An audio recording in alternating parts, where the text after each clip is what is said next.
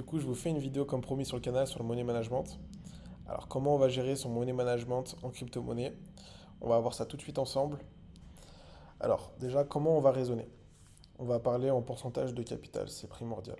Ok. On va classer les crypto-monnaies par facteur de risque. Comment on détermine un risque sur une crypto-monnaie? Donc, je vous avais fait une vidéo sur l'analyse de projet. Et ça va être en fonction de votre analyse que vous allez déterminer si le projet est dit risqué, safe ou risque modéré. D'accord? Alors, on va éviter d'avoir une crypto-monnaie qui va représenter plus de 33% de votre capital. Ça, il faut vraiment jamais le faire, c'est très important. Parce que si la crypto-monnaie en question, par exemple, aujourd'hui, je ne sais pas si vous avez vu, il y a Atari, euh, donc le studio Atari qui a abandonné le projet crypto-monnaie Atari pour se mettre sur un autre projet. euh, la crypto-monnaie a complètement chuté. C'est pour ça que c'est vraiment dangereux de mettre plus de 33% de votre capital sur une crypto-monnaie, alors que on peut vraiment pas savoir ce que va être fait demain. D'accord? Et il faut jamais mettre plus de 5% de votre capital sur les crypto-monnaies que vous avez analysées comme risquées. Ok? Alors, là, je vous ai fait une petite répartition idéale de votre portefeuille. Bien entendu, là, c'est vraiment à titre d'exemple. Moi, mon portefeuille personnel ne ressemble pas du tout à ça. Là, c'est vraiment pour ceux qui savent vraiment pas comment faire, qui veulent commencer en investissant, je sais pas, 2000, 3000 euros. Bah, vous pouvez partir sur une petite base comme ça peut être sympathique. Alors, moi, sur les cryptos, généralement, je mets jamais plus de 10% sur une crypto. Parce que j'estime que c'est un facteur de risque, après, qui est beaucoup trop élevé si une crypto-monnaie représente plus de 10% de mon portefeuille. Donc jamais une crypto va dépasser 10% de mon portefeuille. Après, bien entendu, si la crypto-monnaie en question elle pète, je sais pas, comme le Shiba a pété il y a un an, eh ben, c'est sûr que vous allez vous retrouver avec une balance que bah, des fois le Shiba va représenter 70% de votre portefeuille parce que ça aura complètement explosé votre capital. Mais dans ces cas-là, il faudra du coup rétablir euh, la balance, du coup en prenant du profit, etc. Ok. Euh, donc, bien entendu, il faut toujours garder les stablecoins. C'est très important. Toujours avoir du stablecoin de côté. C'est primordial au cas où il y a une petite baisse, etc. Vous pouvez acheter du coup des crypto-monnaies en solde. Donc là, j'ai mis des cryptos très risqués. Bien entendu, là, c'est vraiment, ça concerne le portefeuille spot. Ça ne concerne pas du coup le portefeuille en DeFi, le portefeuille NFT, etc. Pour moi, c'est deux choses différentes. Le spot, c'est quelque chose où je vais faire du DCA constamment. Donc, je vais investir tous les mois en crypto sur mon portefeuille spot. Tandis que la DeFi et les NFT, en fait, si vous voulez, ça va plus être mon effet de levier qui va me permettre de générer du cash pour ensuite envoyer sur mon portefeuille spot. Personnellement, c'est ça ma stratégie. D'accord? Et là, j'ai mis qu'on pouvait également mettre 2% pour les cryptos risqués une fois que votre portefeuille va dépasser 10 000 dollars. Parce que c'est sûr, voilà, si vous avez investi 500 dollars en crypto, ça sert à rien d'avoir un portefeuille comme ça, je pense. Donc là, c'est vraiment pour un portefeuille qui est, on va dire, au-dessus de 2000, 3000 dollars. D'accord? Donc comme je dis, hein, c'est seulement à titre indicatif. C'est à vous de raisonner ensuite de manière logique par facteur de risque de crypto-monnaie. Et en fonction aussi de votre capital, parce que c'est sûr que, voilà, comme je disais, hein, si un capital est de 500 dollars, il ne faudra pas trop raisonner comme ça non plus. Là, c'est vraiment à titre indicatif pour vous montrer comment on fait. Ok? Alors, bien entendu, il faut vraiment faire attention aux émotions quand on prend une position. Lorsque vous achetez une crypto-monnaie, aucune émotion doit rentrer dans votre jugement. C'est pareil pour la vente. Faut pas se dire que ça va continuer à monter, etc. Quand vous atteignez votre objectif, on prend du profit. C'est primordial, c'est très important. On est là pour se payer, on est là pour générer du cash. On n'est pas là pour être holder à l'infini. Ok. On va éviter aussi de s'attacher à un projet parce que vous devez avoir des favoris au niveau de vos projets en crypto. Mais il faut jamais avoir de sentiment pour un projet parce que c'est là où justement vous allez devenir des diamond hands. Et c'est le truc à ne pas faire parce que généralement c'est eux les grands perdants parce que si ça chute derrière, au final vous êtes mal. Donc c'est pour ça qu'il faut toujours récupérer son investissement, plus du profit, et pour ensuite voilà, continuer à faire tourner la machine.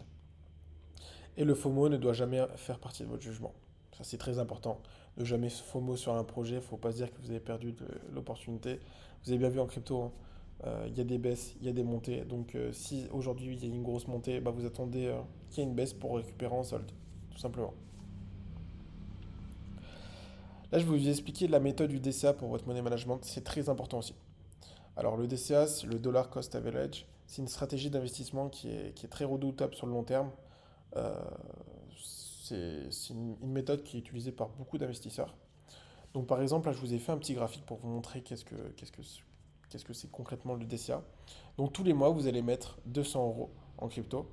À la fin, du coup, donc là, on démarre en avril. En mars, année d'après, nous allons avoir 2400 euros. Donc là, vous allez me dire, ouais, mais c'est pas énorme, ça bouge pas beaucoup vite. Là, c'est juste pour le DCA. Donc il n'y a pas les intérêts composés qui rentrent en compte. Ok. Là, on va passer sur les intérêts composés. Bien entendu, encore une fois, vous allez dire et tout, mais c'est beaucoup, 30% par mois. En effet, c'est énorme. Là, c'est juste à titre d'exemple, c'est juste pour que vous compreniez vraiment la puissance des effets cumulés. Ok. 30% chaque mois en crypto, celui qui fait ça, honnêtement, je lui tire mon chapeau, c'est énorme, c'est très beau. Euh, c'est compliqué à faire 30% quand même en plus chaque mois. C'est possible, mais c'est très compliqué. Il faut prendre beaucoup de risques. Donc 30% chaque mois, c'est déjà pas mal. Euh, Bien entendu, là, c'est à titre d'exemple, je le répète. Donc là, on va partir de 10 000 euros, ok, en rajoutant 200 euros par mois de DCA.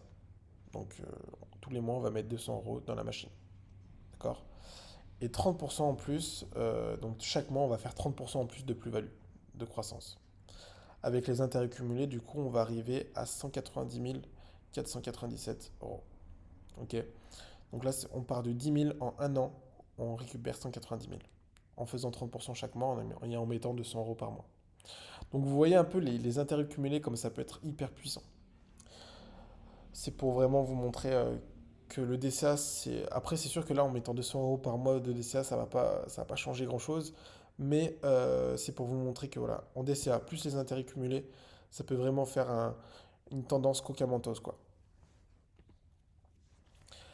Ensuite, là, je vais vous expliquer la stratégie que j'ai utilisée qui a apporté ses fruits pour moi. Donc, comment on va agrandir son portefeuille rapidement. Encore ici, c'est un titre d'exemple. C'est juste pour l'exemple. D'accord? Alors, Luna, 500%.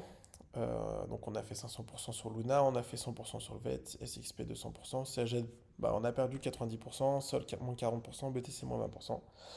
Enfin voilà. Donc, Luna, on fait 500%. Qu'est-ce qu'on fait? On va retirer 25% de la position.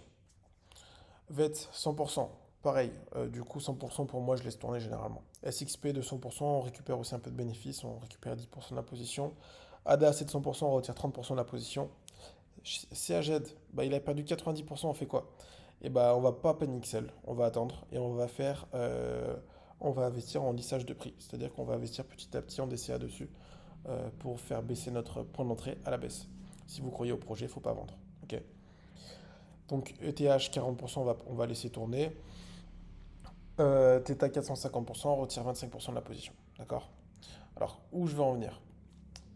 Donc, par exemple, Luna, on fait 500%, on va retirer 25% de la position. Avec 500%, en retirant 25% de la position, on va récupérer notre investissement de départ plus du profit. Donc là, donc, pour vous décupler votre portefeuille crypto, ça peut aller très vite si vous faites ça. Donc là, vous avez récupéré votre investissement de départ que vous avez mis sur le Luna, plus du profit. Ok. Donc vous prenez ce que vous avez récupéré, vous le mettez sur notre crypto que vous avez analysé ou dont vous croyez au projet. Et comme ça, bah, vous allez agrandir votre portefeuille crypto très rapidement, sachant qu'en plus vous récupérez que 25% de votre position sur le Luna. Donc le Luna, il peut continuer à monter. Et vous pouvez en plus continuer encore à prendre des profits pour ensuite mettre sur d'autres cryptos. Et de cette façon-là, bah là, vous allez vraiment augmenter considérablement votre portefeuille crypto. Vous allez diversifier votre portefeuille crypto. Et bah là, vous allez vraiment faire du gros profit si vous faites ça. D'accord? Donc là, c'est la stratégie que j'ai utilisée personnellement depuis plusieurs années. Et ça a toujours porté ses fruits pour moi. Donc pourquoi ça ne pourrait pas porter ses fruits pour vous? Donc là, pour les cryptos qui sont en perte. Généralement, moi, quand je suis en perte sur une crypto et que je crois au projet, je vais pas panic sell. Il y a des projets où je vais clairement, voilà, si le projet, je sais pas, il se casse la gueule complet, bah, je vais récupérer, je vais sauver les meubles, je vais récupérer mon investissement. Mais des projets comme par exemple le CHZ, le SOL, le BTC, euh, je vais pas vendre, je vais pas panic sell.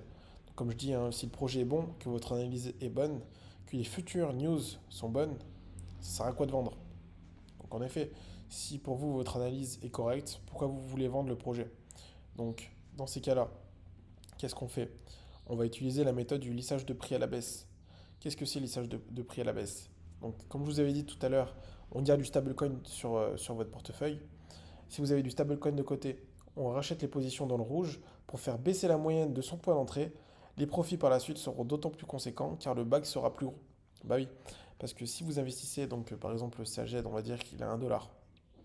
Il baisse à, je sais pas, à 0,5 $. Donc là, vous êtes en perte. Bah, vous décidez de remettre le même montant que vous avez mis à 1 $. Et bah, vous allez avoir le double de chez AZ. Et quand il va repasser à 1 $, bah, vous aurez déjà une plus grosse position. D'accord? Donc c'est pour ça que c'est très important de faire du lissage de prix à la baisse.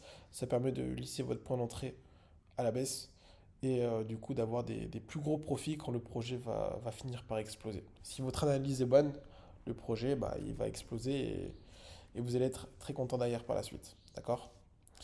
Donc voilà pour le money management. C'était assez court, mais de cette façon-là, bah, vous allez pouvoir bah, utiliser la stratégie du DCA avec les intérêts cumulés. Et après, une fois que bah, votre portefeuille va grossir, que le temps il va passer, que les crypto-monnaies vont exploser, et bah, vous allez pouvoir justement utiliser la stratégie que j'utilise personnellement, qui m'a permis du coup d'exploser mon portefeuille. Donc si vous avez des questions, n'hésitez pas à les poser sous la vidéo ou m'envoyer un message sur Telegram. Je reste disponible, il n'y a pas de souci. Et bah, continuez à vous abonner, à aimer. C'est... J'en suis très reconnaissant. Allez, à plus.